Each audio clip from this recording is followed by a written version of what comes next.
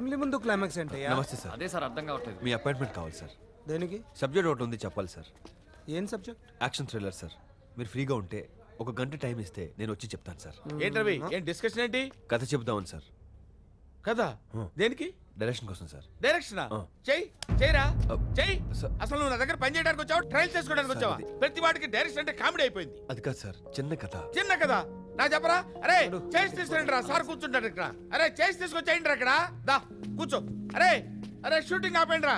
Shooting ఆపేసి అందరు ఇక్కడ రండి. కథ చెప్తాడు రవి. కూర్చో సార్ సార్ అది కూర్చో. ఆ, కూర్చోరా నువ్వు కూర్చో. మొదలు పెట్టు. చెప్పు అది చెప్పు సార్. చెప్పవా? చెప్పమన్నా కదా, మొదలు పెట్టు. చెప్పు. సార్ ఓపెన్ చేసి పల్టూర్ అండి. పల్లెటూరు, బస్తీ, టౌన్, సిటీ నేను డిసైడ్ చేయాల్సింది నువ్వు కాదు కదా. చెప్పు. ఒక ఎర్లీ మార్నింగ్ అండి. ఎర్లీ మార్నింగ్, మిట్ట మధ్యాహ్నం, సాయంత్రం అది నువ్వు కదా చెప్పాల్సింది, నేను కదా. నువ్వు చెప్తావా? చెప్పు నువ్వు కదా చెప్పు. ఒక 18 ఏళ్ళ అమ్మాయి. 18, 34, 54 నీకెందుకురా? నీకెందుకు? చెప్పు నువ్వు కదా చెప్పు. వినండి రా, మీరందరూ వినండి. సార్ నాకు భయం వేస్తుంది సార్. భయం వేస్తుందా? అవును సార్. ఎందుకురా? ఎందుకంటారేంటి sir? The great dangerous genius Idli Vishwanath ముందు కథ చెప్పడం అంటే మాటలా సార్? వాడు పిల్లోడు సార్. పిల్లాడా? ఆడపిల్లడు కదా డైరెక్టర్ వాడు. నువ్వు చెప్పరా, కదా చెప్పు. చెప్పు సార్, చెప్పు. సార్ నాకు వణుకొచ్చేస్తుంది సార్. ఆ? వణుకొచ్చేస్తుంది సార్. నాకు స్టోరీ చెప్పటానికే నీకు వణుకొచ్చినప్పుడు రేపు పబ్లిక్ ఏం చెప్తావురా నువ్వు స్టోరీ?